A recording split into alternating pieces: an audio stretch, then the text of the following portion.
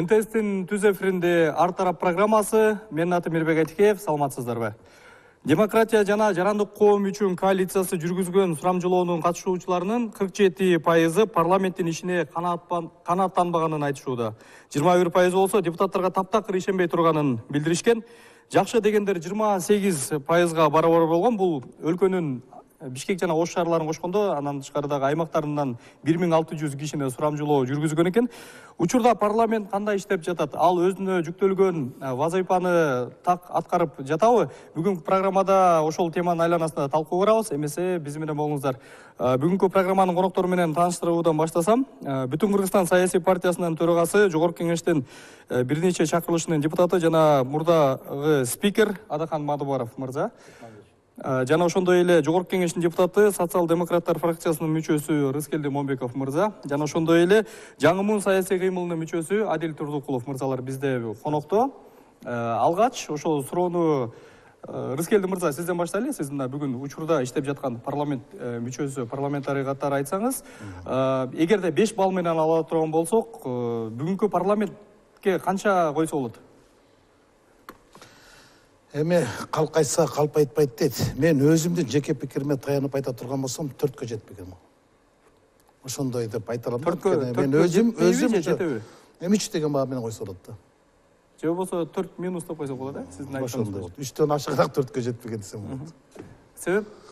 Мен өзүм канааттанбайм. Анткени кандайдыр бир коомдогу актуалдуу маселе келгенде, же болбосо мамлекеттин өзгөчө бир маселе келгенде парламентте баягындай эле биздин алтын чакырышта эме жаңы келгендер ушундай жагдайга туш болуп калышты.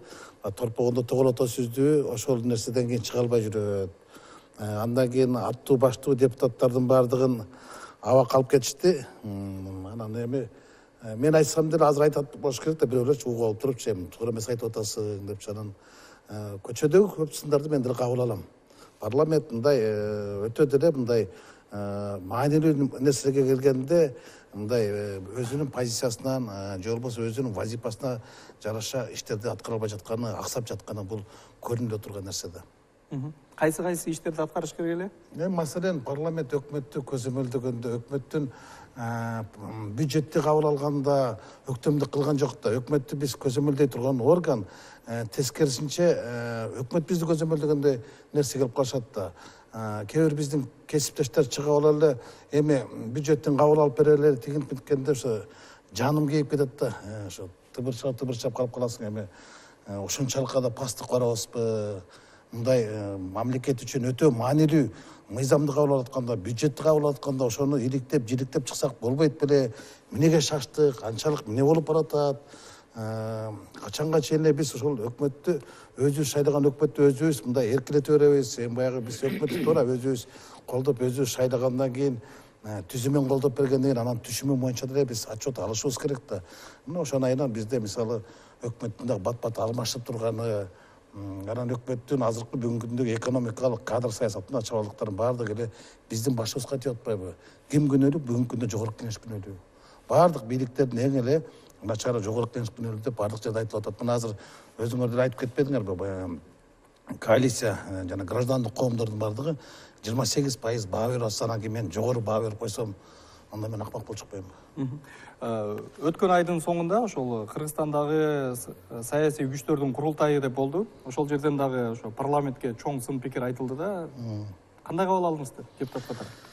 Эми мындай да, ошол сын айткан адамдардын баардыгы убагында депутат болушкан. Анан азыркы парламентти мурдагы парламенттерден дагы алсыз, же болбосо жансыз дегенге мен каршымын. Баягы Мелис Эшемкулов убагында айтып койчу, эшегине жараша тушагы депчи. Каалайбы, каалабайбы, бул таза шайлоонун артынан келген парламент. Анан өзүнүн вазипасын, же болбосо милдетти канчалык деңгээлде аткарып жатат, ага тарых өзүнүн баасын берсин. Сырттан туруп сындаган оңой.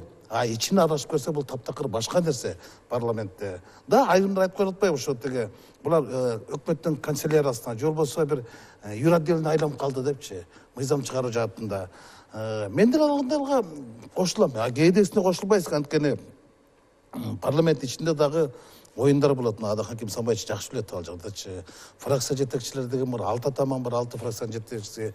Анан өкмөт менен аппарат президент менен өздөрүнчө оюн кылып жүрүшөт. Көбү түшүнөт, бири көрүп берет, бири көрбөй берет дегендей. Бири түшүнөт, бири деле түшүнбөйт. Анан азыркы парламент өтө эле мурдагы 5-4 чакырылыштагы парламент караганда да алсыз, анан ошол эле мындай элдин талабын аткарбай калды дегенге мен кошулбайм. Эшегине жараштырган эл шайлаган парламент өзүнүн вазифасын аткарып жатат. Канчалык деңгээлде экенин эми калк тараза калк баа берсин. Адакан мырза, мына сиз бүгүнкү бийликтерди, анын ичинде парламентте бүгүнкү жогорку кеңешти катуу сындап келген саналуу саясатчылардын бирисиз. Буга чейин дагы ошол булар соодагерге айланды деген өңүттө дагы сын пикирлерди айтып келгенсиз. Буну эмнеге таянып айттыңыз эле? Азыр эле Рыскелди иним абдан туура баа берди. Анан ошол парламенттин ичинде түздөн-түз аралашып иштеп жүргөн киши катарында баа берип атат. Айтып атпайбы, кетирип бер десе кетирип беребиз, шайлап бер десе шайлап беребиз деп. Биз көпчүлүгү билбей калабыз. 6 киши барып чечип коет деп атпайбы? Фракциянын жетекчилери дегенде. Алар жөн чечпейт да, соодалашуу деп коет. Соодалашуу. Сен бизге кайсы министрликти бересиң? Биз сага канча добуш беребиз? Бул соода эмне? Бул соода. Ошондуктан жанагы биржага айланып калды десем, бир иним чыга калган экен. Бизди биржа деп атат деп. Ал инимдин өзүнүн пикири эмес. Мен аяйм ал жигитти, ал бир байкушта. Берки куу кишилер жаздырып туруп, ушуну окуп бер деп өзлөр артында турат да. Анан окуй салды да, ал эми саясатка аралашпаган, баягы бирдеме сатып, ошонун аркасынан тиричилик кылып жүргөн жигит өзү да түшүнбөй калды эмне деп айтканын. Ошондуктан андай жигиттерди мен аяйм. Бирөөнүн колундагы куурчакта ушуну окуп бер деп берди да, жанында бир азамат, анан ошону окуп койду. Эми аларга жооп берүүнүн кажети жок, тек кана аябоо керек аларды, аябоо керек. Ошондуктан мен таң калганым мындай да. 15 күн башта бир өкмөттү алып келет дагы, ушул керемет, ушул укмуш, ушуну колдоп бергиле десе 115 колдоп берет. 2 жумадан кийин кокуй бул жарабай калыптыр, биз жаңылып калыптырбыз, муну кетириш керек экен десе, ага дагы 5 киши кошулуп кетирип берет. Принцип деген болот. Ошондуктан мына Рыскелди иним кээде безеленип айтып калгандарын угуп жүрөм. Биз өзүбүзгө жоопкерчиликти ала билишибиз керек деп. Бир киши чырылдаган менен калгандары унчукпай отуруп алса, кайда барыш керек? Эмне болуш керек? Жоопкерчиликти мойнуна тартыш керек. Болгондо да парламенттин эмне жумушу бар деп суроо коюп атпайсыңарбы? Парламенттин эң чоң ыйгарым укугу жана жумушу бул мыйзамдардын так аткарылышын көзөмөлгө алуу. Мындан өткөн бийлик жок. Мына бул мыйзам мындай жазылган, мунун аткарылышы момундай болуш керек эле. Өкмөттү чакырып алып, өкмөт деген титиреп, калтырап ошол жерден туруш керек. Мыйзамдын аткарылышын. Эгер мыйзамдын ошол көпчүлүк ошол мыйзамдын өзүн окубаса, алар кантип өкмөттөн сурайт, бул мыйзам аткарылбай атат деп. Ошондуктан жанагы сабакка даярданбай келген бала башын жашынып, ушу эжеке көрбөй калса экен деп бекинип отургандай болуп, көптөгөн депутаттар башын катып алып отурат. Мени көрбөй калсын деп. Ушундай булардын жумушу азыркы жагдай ушундай. Бирок баягы 1-2, 3, 4, 5 бүгүнкү чакырылышка чейин алып келсе, улам чакырылыштан ары карай начарлагандан начарлап өтүп баратат. Бүгүнкүсү мүмкүн кийинкиси мындан да бешбетер болуп келет. Ушундай бул мыйзам ченемдүү көрүнүш бу тилекке каршы коомдун жалпы деңгээли канчалык төмөн болсо, парламенттин деңгээли ошончолук төмөн түшөт. Бул парламент деген коомдун күзгүсү. Демек буга шайлоочулар дагы күнөөлүү, анын ичинде. Шайлоочулар мындай бир жоопкерчиликти өздөрүнө кошо алыш керек да. Мен ар бир шайлоодо айтып атпаймынбы? Бизде шайлоо эмес да. Бизде акча. Мына азыр 120 депутатты санасаң, ар бир 6 миллион сомдон турат. Кантип санадык? Ошол шайлоо учурунда парламентке өткөн партиялардын короткон акчаларын эсебин аласың да, ошону 120га бөлсөң 6 миллиондон турат. Ар бир депутат 6 миллион менен өтүп келди деген сөз. Бул $100,000. А эгерде коом талап кылып, бизге момундай бир дарыгерлер керек, бизге мугалимдер керек, бизге ушундай бир баягы аттуу баштуу деген аксакалдар керек, улуттун абийири болгон, айылдын абийири болгон аксакалдар десе, анда ошого жараша баягы интеллигенттер келмек. Бүгүн тилекке каршы андай кишилер арасында саналуу гана. Ошондуктан жанакы мыйзамды окуган саналуу гана кишилер болбосо, калгандары дээрлик катышпайт. Алардын иши жүрүп атат, айлыгы кетип баратат, сапарга чыгып атат, көкүрөктө төш белгиси бар, андан артык эмне керек? Алар ошон үчүн келген. Адил мырза, бүгүнкү парламентке ошо сиз сырттан карап турган жаш муундун өкүлү катары кандай баа бересиз? Эми сиз башында сурамжылоо жөнүндө айтып кеттиңиз, адилет үчүн айтып коюш керек. Ошол эле учурда башка дагы бийлик бутактарына элден баа берилсе, алар пайыздан ашпайт болчу деген ойдомун. Андан да төмөн болот. Андан да төмөн болушу мүмкүн болчу, өзгөчө сот системасына, анын аткаруу бийлигине. Анткени алар аткарган функцияларын деги эле биздин элде бүт ошол бийлик бутактарына жана бийлик институттарына ишеним таптакыр жоголгон. Буга эки революциянын болгон себеби жана ошол революциянын жыйынтыктары акталбагандыктан ошончолук элдин наразычылыгын абдан ого бетер күчөтүп жатат. Адакан байке менен кошулам, эгерде ошондой наразычылык күчө берсе, анда биз өзүбүздүн кыргыз мамлекеттүүлүгүбүздү жоготуп калышыбыз ажеп эмес. Ошондуктан бул абдан коркунучтуу нерсе. Сиз анан кийин жанакы курултай боюнча да айтып кеттиңиз. Курултай эмнеден пайда болуп жатат? Анткени чынында азыркы парламент өзүнүн жазылган функцияларын аткарган жок. Мынакей 6 жылда карап көрсөңөр, канча эң негизги функциясы бул өкмөттү көзөмөлдөө жана алардын ишине карата баа берүү. Бирок премьер-министрди койгондого дагы, аны кетиргенде дагы алар өзүнүн баасын бербей, ошол президент аппараттан кандай буйрук берилсе, ошол чечимди аткарып келишкен. Сариев, Бабанов, Жомарт Оторбаевдин өкмөттөрү алар бардыгы тең ошол президенттик аппараттын буйругу менен кетирилген болчу. Бир шылтоо табышкан, ошо менен кетирген болчу да. Ошондуктан бул жерде эгерде биз бул системаны өзгөртпөсөк, анда абдан коркунучтуу болобуз. Азыр бир топ сөздөр айтылды ошо бүгүнкү парламентке. Анын ичинде мына азыр коомчулукта эң актуалдуу талкуулардын бири болуп аткан бул кечээки экс-президенттин сөзүндө да айтылды да, принцип маселеси. Ошол эле учурда жакын дос болуп жүрүп, ошол эле парламентте колдоп буга чейин бардык аткарып жатып кайра тескери басып кеткендери боюнча ушул дооматтар менен макулсузбу? Биринчи мен эки Алахан Кимсамбаевич менен Адилдин айткандарына бир аз өзүмдүн жообумду айтып кетейинчи. Жогорку кеңешке караганда, мыйзам чыгаруу жыйынына караганда сот бийлиги, аткаруу бийлиги биздикинен да төмөн. Элдин ишенимин атасыңар, ага рахмат. Демек биздин парламент аларга караганда жогору экен. Бирок Алахан Кимсамбаевич, сиз айттыңыз да, азыр эми ушунчалык баш көтөрбөгөн, жанагы партага башын бекинип калган парламентке айланып калды дегенге, анан улам эле ар бир чакырылыш алсыз болуп баратат депчи. Мен ага кошула албайм. Мына сиз азыр парламентти сындап атасыз. Сиз спикер болуп турган кезде, жогорку кеңеште депутат болуп турган кезде мен дагы оппозициялык гезиттин баш редакторумун да. Эл сөзү, ачык саясат, алиби деген гезиттерди 2007-тен баштап мен жетектеп тургам. Ошондо аябай эле сынга алчумун. Мен ошол кездеги парламентти, азыркы парламенттин ичинде 10 депутат, бул сиздин убактагы депутаттардан, ак жолдон келген, 10 отурат азыр. 5-өө СДПКда отурат, бирөө Исхак Масалиев отурат. 16 депутат ошол 4-нчи чакырылыштагы парламенттин депутаттары. Анан ошол кезде сиз айтып атпайсызбы, азыркы парламентте интеллигенттер жок, врачтар жок, тигилер жок, булар жок. Ошон үчүн алсыз, жансыз, мындай аракети ноль дегендечи. Эми мен ал кездеги парламент менен салыштырмалуу азыркы парламент агарына жогорураак деген ойдомун. Ар кимдин өзүнүн пикири болот. Сиздин өзүңүздүн пикириңиз, менин пикирим, бирок сиз жетектеген парламент азыркы парламенттен алсыз болчу. Азыркы парламент мындай өлкөнүн келечегине мындай бир жакшылык кылбаса дагы жамандык кылган эмес да. Кыркыра маселеси болобу, же ошол кезде болгон жанагы стратегиялык объектилер болгон Кыргыз Телеком, Север Электро, ошогон өлкөнүн стратегиялык объектилерин сатканда башката отурган эмес да.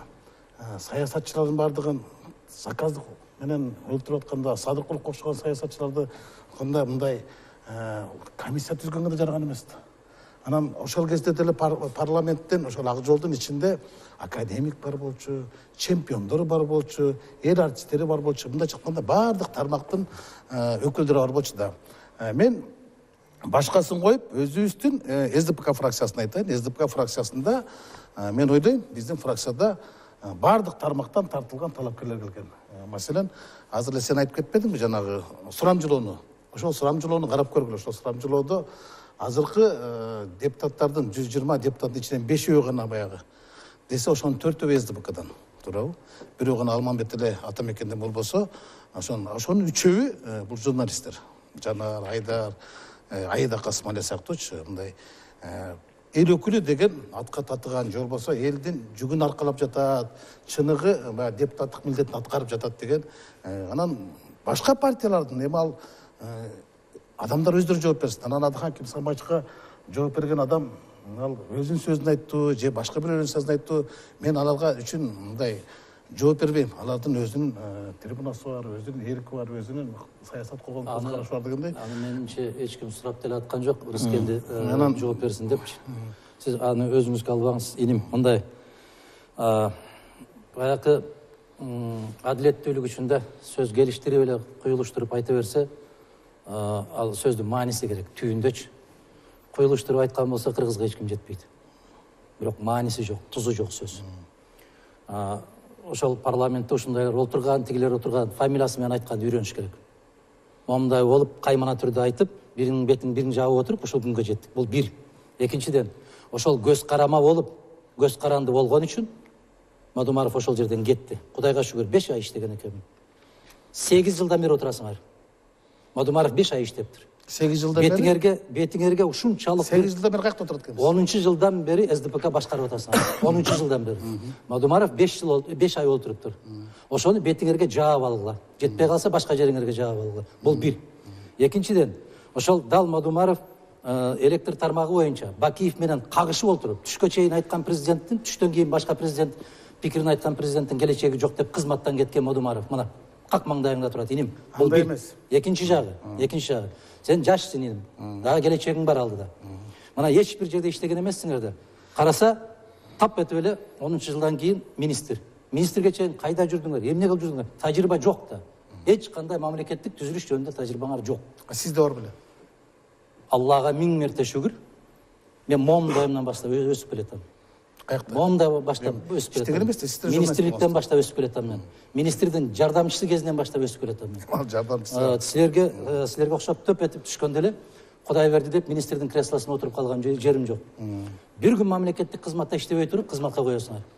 Түшүнүгү да жок кээ бир кызматкерлериңердин. Экинчиден, Мадумаров силер какшап, силер зардап жүргөн заманды 14 жыл Аскар Акаевич менен, андан кийин 3 жыл Бакиев менен, андан кийин Отунбаева менен, андан кийин 6 жыл Атамбаев менен түздөн түз күрөшүп келаткан азаматмын мен.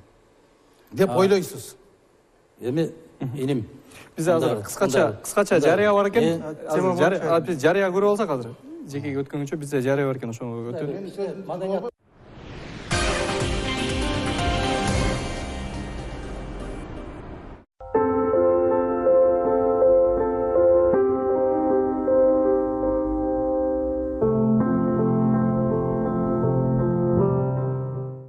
Хочу сохранять концентрацию и четкость мысли. Милдронат. Я в силах это сделать. Когда малыш растет, мы помогаем ему в самых простых вещах. Для лечения и профилактики гриппа и ОРВИ может помочь Анаферон детский. Помощь в холодный сезон от простуды и гриппа. Анаферон.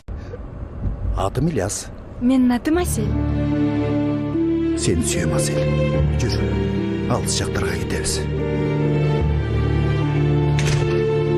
Агайым эмне деди? Ильяс. Агайым эмне деди? Кетпеңиз, Асель. Мени менен калыңыз. Мен жүйүнчүсү баягы Биринчи жолу Бишкекте Адахан мырза, биринчи жолу Бишкекте Карханышасы музыкалык жомогун тартуулайт. Керемет жомоктор дүйнөсү 3D компьютердик графика жасалга. Аяз ата, Аяз кыз сиздерди күтөт. Карханышасы Кыргыз драма театрында. Шашылгыла балдарым, шашылгыла. 25 декабрдан. Сурат билүү үчүн телефон 66 57 17.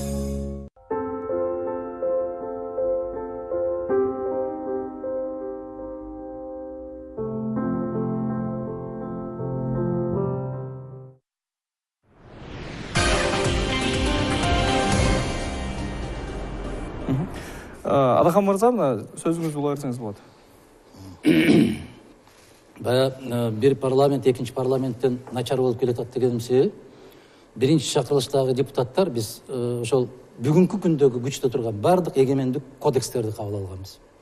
Экинчиси андан начарыраак болду. Үчүнчүсү андан начар, төртүнчүсү баягы кол карама болуп, бүтүндөй кол карама болуп. Ошонун кесипетинен кандай болуп кетти? Бир азыр айтып атпайбы, бир нерсе болсо эле сиз иштегенсиз. Бул ошондо 4-чакырылыш жөнүндө сөйлөп. 4-чакырылыш жөнүндө айтып атам. Мен ошондо парламент 4-чакырылыш декабрдын соңунда келди жумушка. Мен 2007 жылы. 2007 жылы. Мен майдын аягында кызматтан кеттим. Тапкан ушул да. Сиз иштегенсиз. Мен иштегенди, мен жазганчалык мыйзамды жазыш үчүн иним. Дагы сагат 4 чакырылыш келиш керек. Жөн эле бакылда отура берген менен мыйзам жазылбайт. Сөз берип койсуңбу? Бул мен жана сөзүмдү бере албады. Эми азыр айтып коеюн да. Айтып атпайбы, мен 5 жыл иштеп, анан спикерликтер ошолордундай кармакчы отуруп анан өз ыктыяры менен кеткем дечи. 5 ай. 5 ай. Эми 5 ай иштесип 6 ай иштесип айырмасы жок.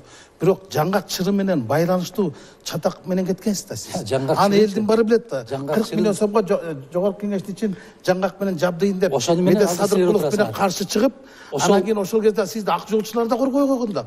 Колдобой койгон да. Баракелде, себеп эмне үчүн? Коргойгон сизди ошондо. Себеп эмне үчүн? СДПК коргойгон. Билесиз эмне үчүн? Эмне үчүн? Бул жокты кое туруңуз. Анан айтып атпайсызбы? Каяктан баяктан келип калды. Сиз деле Бакиевдин убагында жанагы вице-премьер болду. Андан кийин мамлекеттик катчы болду. Анан кийин коопсуздук кеңесинин катчысы болду. Коопсуздук кеңесинин катчысы болуп келгениңизди биз жакшы билебиз да.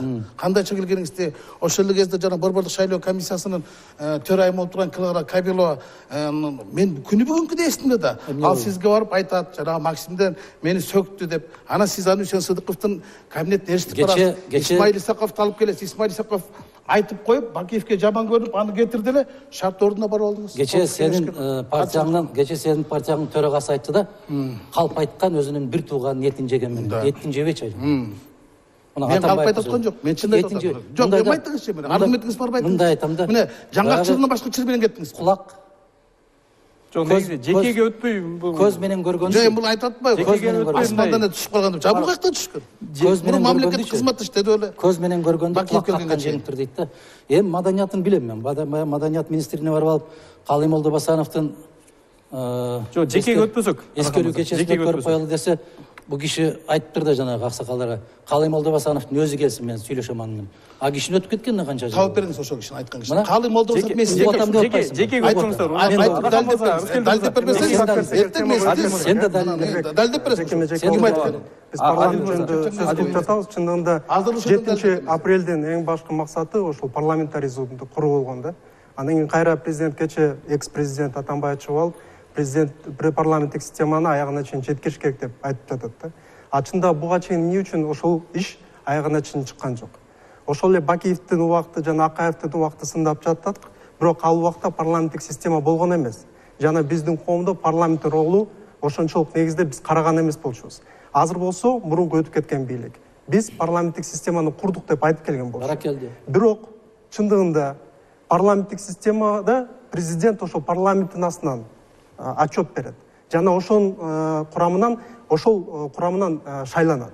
Экинчиси бүт күч структуралардагы парламенттин астында жоопкерчилиги бар болуш керек болчу. Андай болгон эмес да. Бүт тышкы иштер саясаты дагы толук бойдон ошол парламенттин курамында болуш керек. Андай болгон эмес. Бүт баары аткаруу бийлигине берип коюшкан. Ошондуктан наразычылык азыркы парламентке дагы күчөп жатат да. Анан кийин ошончолук 120 депутат эмне кереги бар бизге? Мурунку жылдын жыйынтыгы боюнча 647 миллион сом коротулуптур. Ар бир депутатка санаганда 5,5 миллион сомдон чыгат экен, Рыскелдебай экен. абдан эбегейсиз чоң сумма. Ошол эле убакта карылар үйүндө ар бир жаранга 100 сомдон эле коротулат. Бул абдан мындайча караганда элди сыздаткан нерсе да. Эмне үчүн ошол эле депутаттар ошол бир жылда чет жакка барыш үчүн 60 миң сом коротуш керек. Эмне үчүн бир айда 100 миң сомдой бензинге коротуш керек. Эмне үчүн ошол жанакы шайлоочулар менен жолугушам деп бюджеттен 80 миң сомго чейин коротуш керек. Бул деген эбегейсиз чоң сумма. Ошондуктан менин оюмча эгерде биз чыныгы парламенттик система куралык десек, биринчиден ошолордун курамын азайтыш керек, экинчиден чыгымын дагы кескин түрдө азайтыш керек деген ойдомун.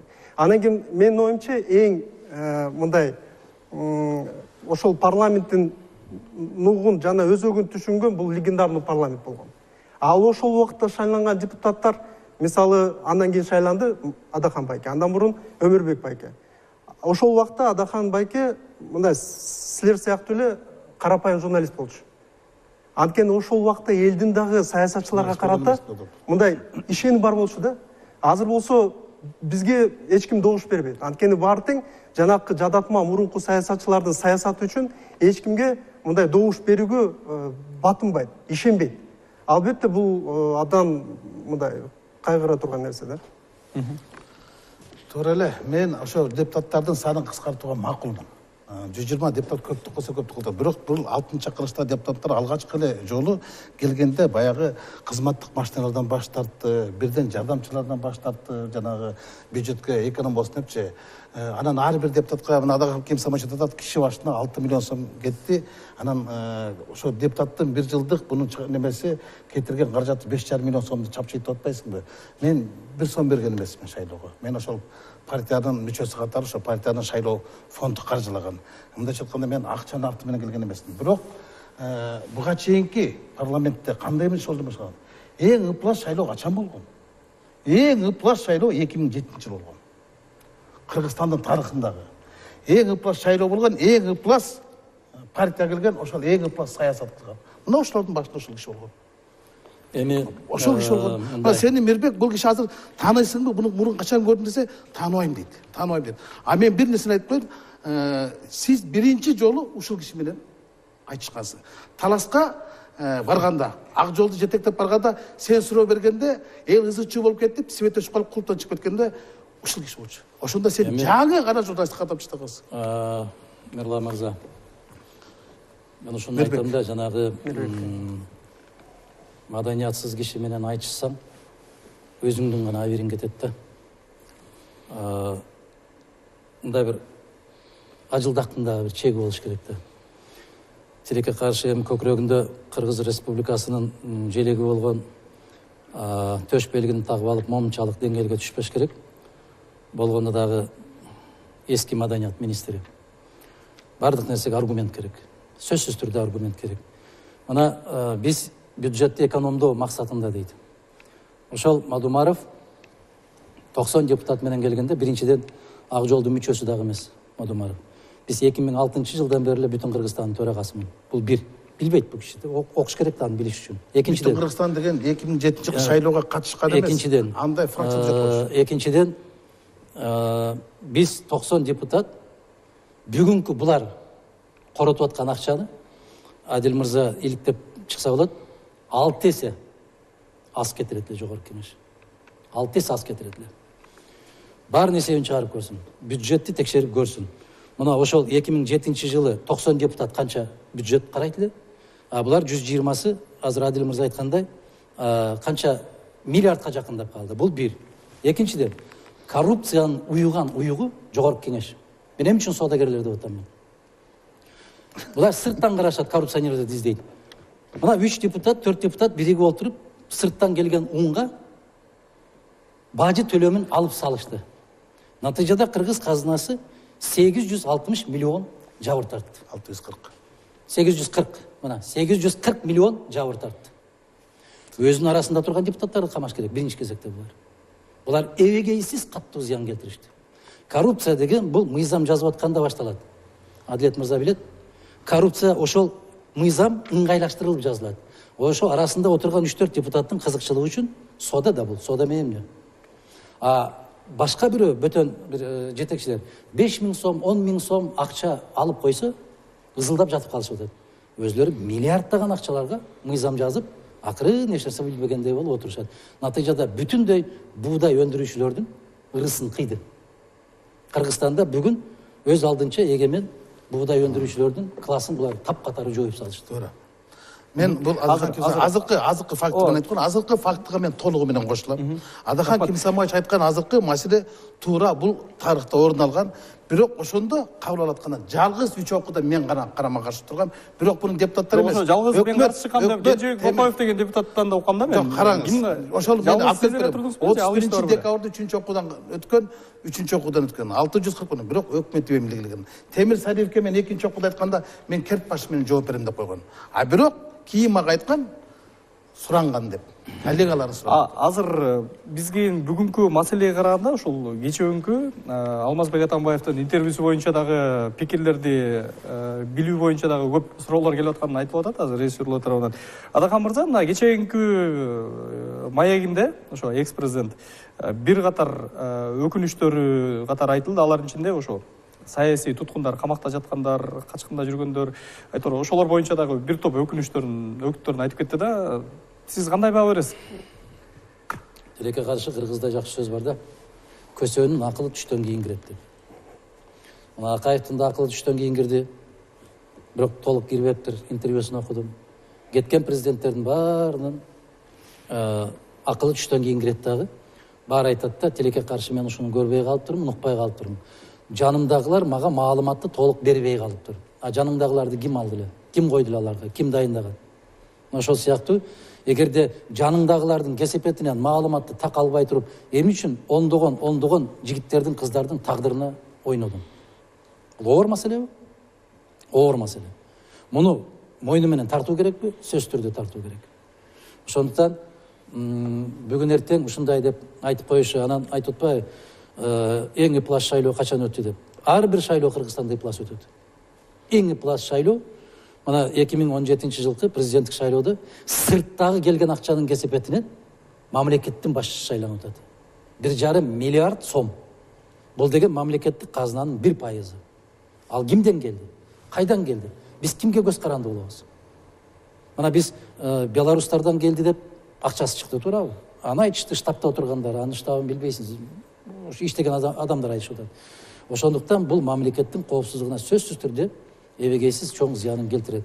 А эми кеч болсо дагы ушундай болуп калыптыр деп кечирим сурап аткан, ал элдин эрки. Кечиреби, кечирбейби, аны калың эл өзү чечсин. Саясий өңүт менен кылмыш иши козголду деген бир-эки адамдын атын атады. Ошол Өмүрбек Текебаев боюнча, Бабанов боюнча. Саясий өңүттөн дегенде мындай деп. Ошондой мындай бүгүн эксперттер ошондой чечип атат да, кечээ айтканымча. Буга кандай баа бересиз? Эми эксперттер дегенде биринчи аташ керек да, кайсы эксперттер экен? Кыргыз тилин билбеген эксперттер кезинде ушундай жыйынтык бизге керек десе ошондой жыйынтык чыгарып берип, анан бүткөндөн кийин бизге башка жыйынтык керек десе башка жыйынтык. Ал эксперттердин өзүн караш керек. Кимдер экен ошондой эксперт бергендер? Алар да жоопкерчилик тартыш керек.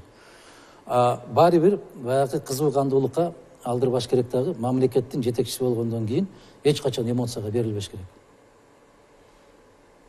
Эмоцияга берилбестен аябай өзүнүн жоопкерчиликти сезүү менен ар кандай маселени кабыл алыш керек. Бирок ошол кезде менин досумдан башка эч ким жарабайт. Бабановду айтпады беле, темирди кызытып алып туруп бир жерине басыш керек деп муну. Туурабы? Кимдин сөзү бул? Кеткен президенттин сөзү.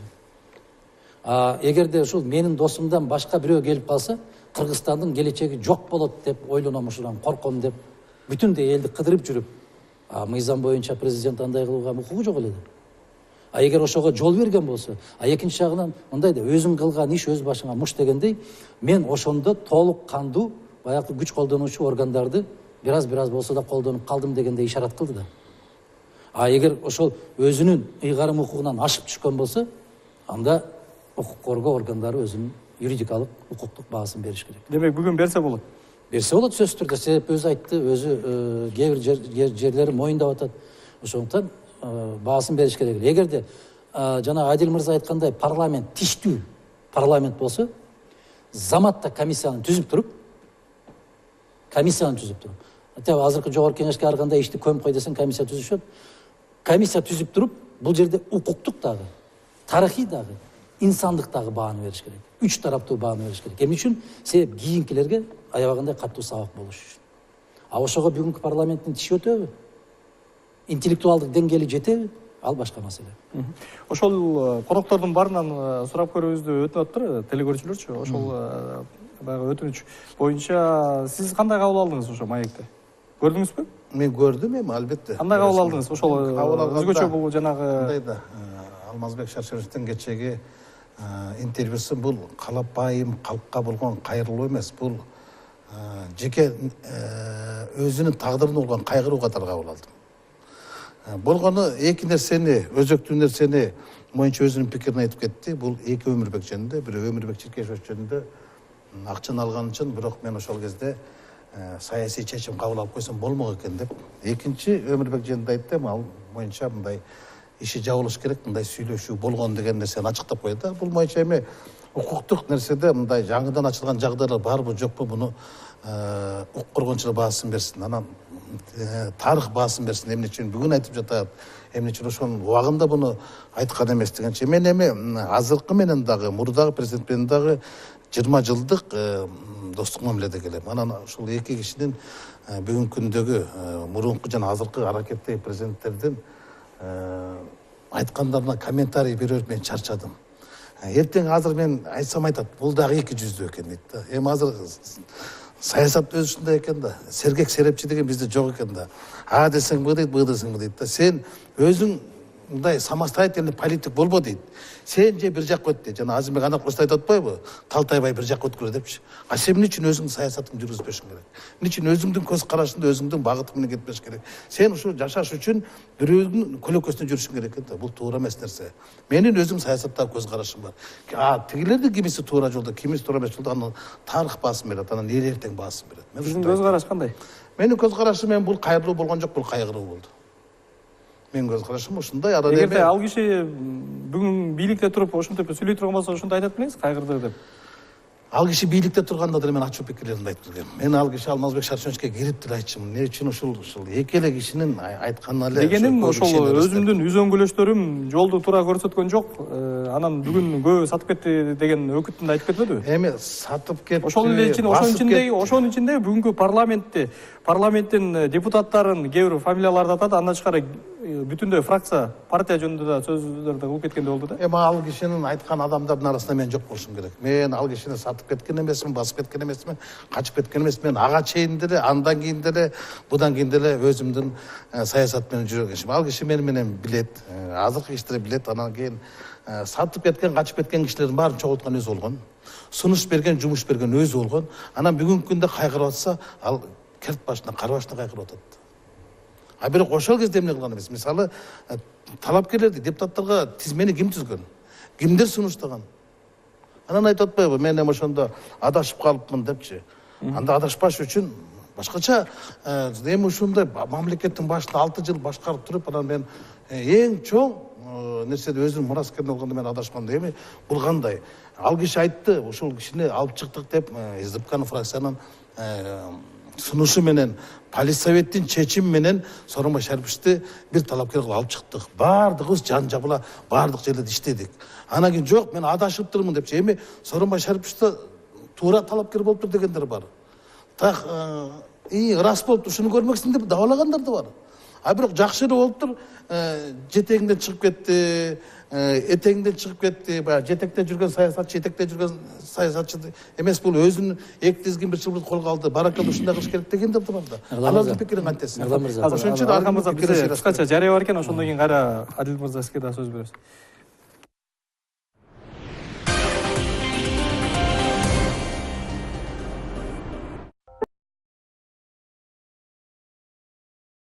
Биз кийинки мундун ЛТГ бүт элдин ошол Атамбаевдин Буруктуу кабыл алуу сөөктүн бекемдигин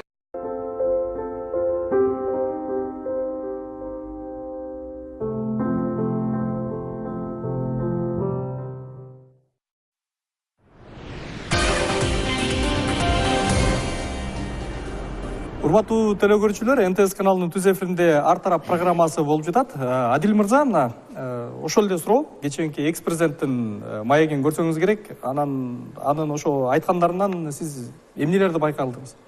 Мен эки негизги нерсени уктум, эки белги берилди деген ойдомун. Биринчиден, Атамбаев өз саясий күрөшүн токтотпойт. Бул биринчи. Экинчиси, эски каршылыштары Бабанов, Мадумаровго кол сунганын байкадым да.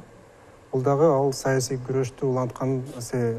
Анан кийин бүт элдин ошол Атамбаевдин маегине болгон назары болуп жатканы бул кайрадан эле парламенттеги оппозициялык деген депутаттар болобу фракциялары өз милдетин аткарбай жаткан белгиси да. Мисалы, ошол элдин арасында кайсы оппозициялык фракциялар десе эч ким билбейт.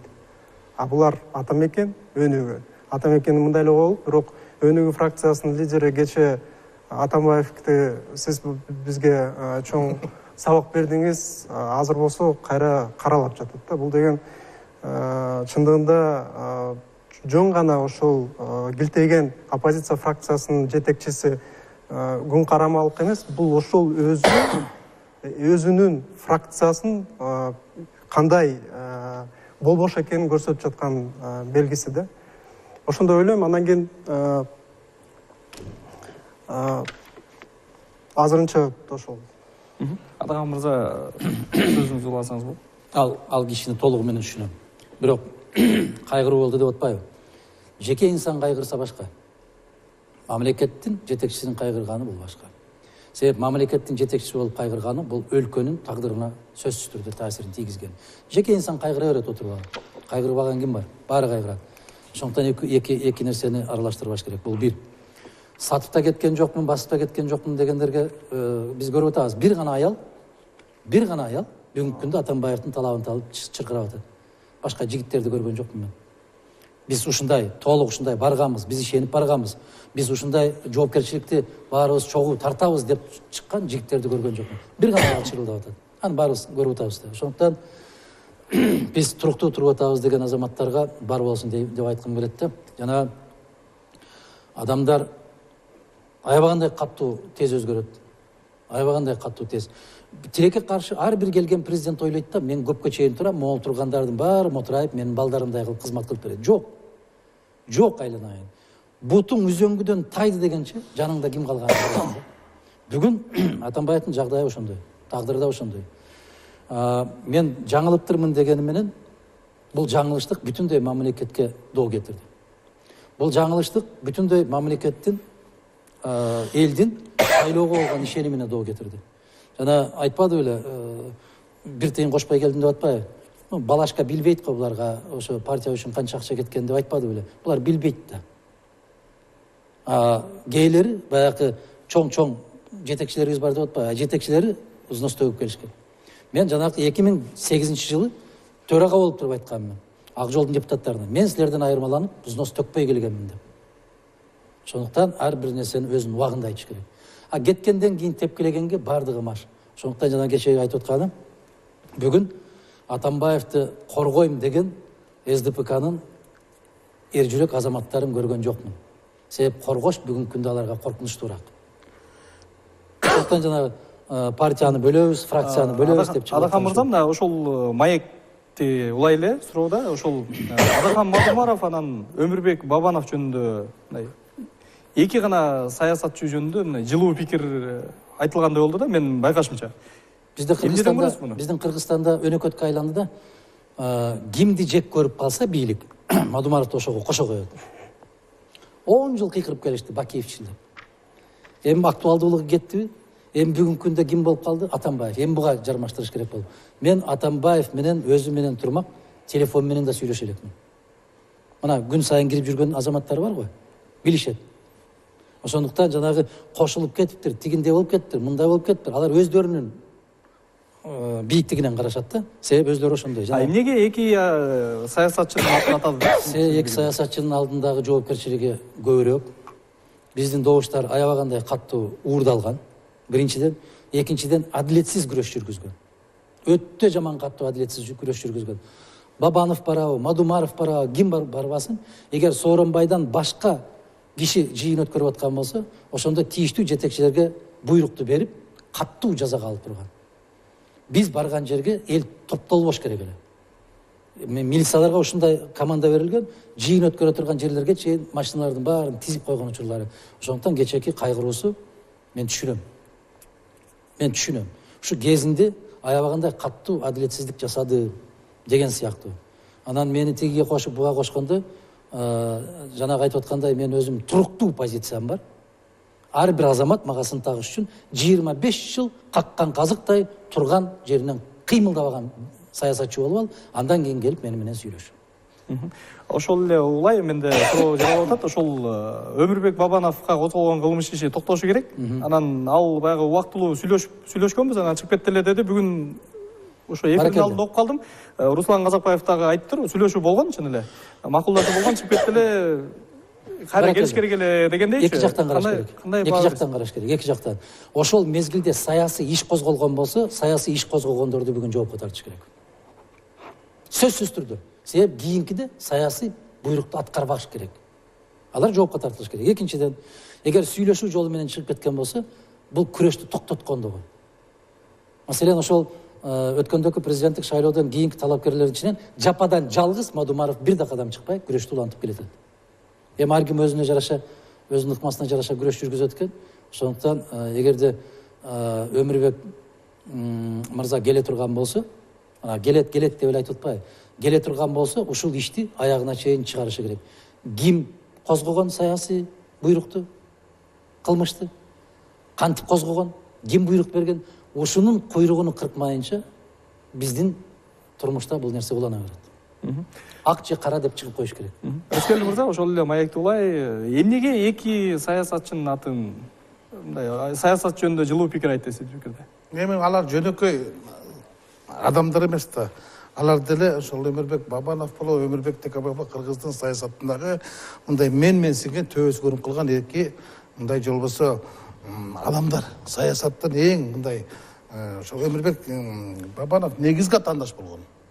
Ошол кезде анын өздөрү айтып атпайбы?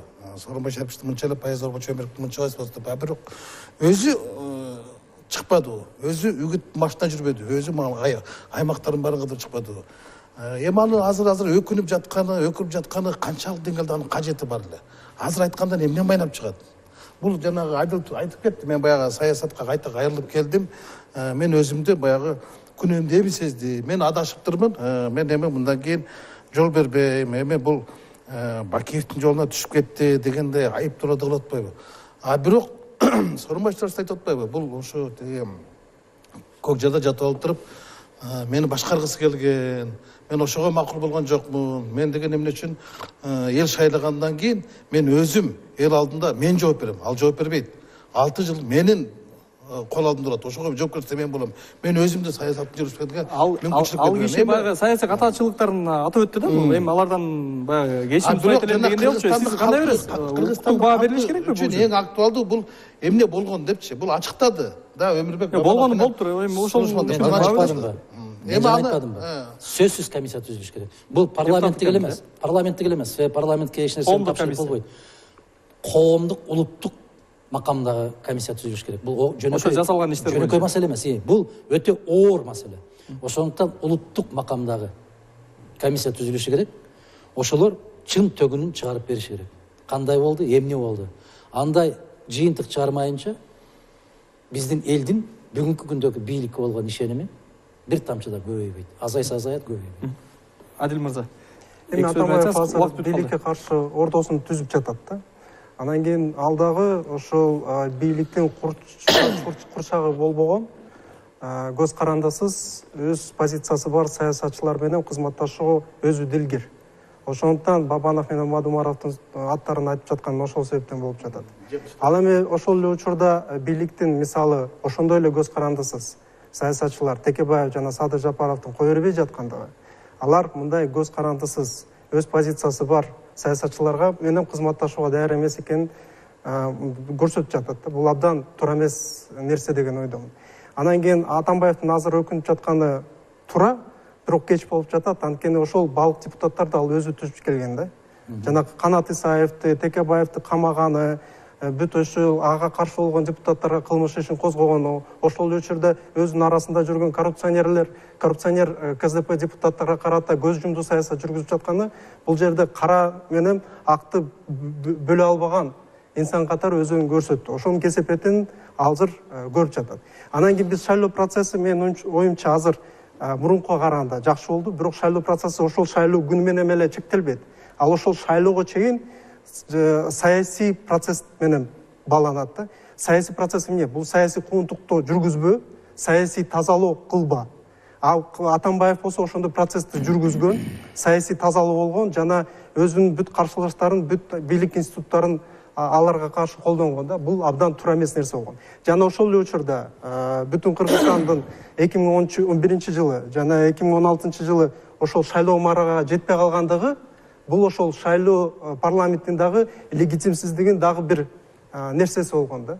Экинчиси, ошол азыркыга чейин шайлоо участкаларында, Москвада болобу, башка эмелерде көбөйбөгөнү, ошол бойдон калып жатканы, бийлик дагы ошол көбүрөөк элди ошол шайлоо процессине катыштырбай жаткандыгы, жана ошонун легитимдүүлүгүн жогорулатпоого аракет кылып жаткан белгиси да. Рахмат. Убакыт, бизге бөлгөн убакыт тилекке каршы бүтүп калды. Ошого байланыштуу урматтуу телекөрүүчүлөр, НТС каналындагы Ар тарап программасы жыйынтыкталды. Бул жолу биз парламенттин бүгүнкү ишмердүүлүгү жана экс-президент Алмазбек Атамбаевдин кечеги маягин боюнча кыскача сүйлөшкөнгө аракет жасадык. Берүүнү мен Мирбек Айтикеев алып бардым. Кайрадан эфирден амандашканча.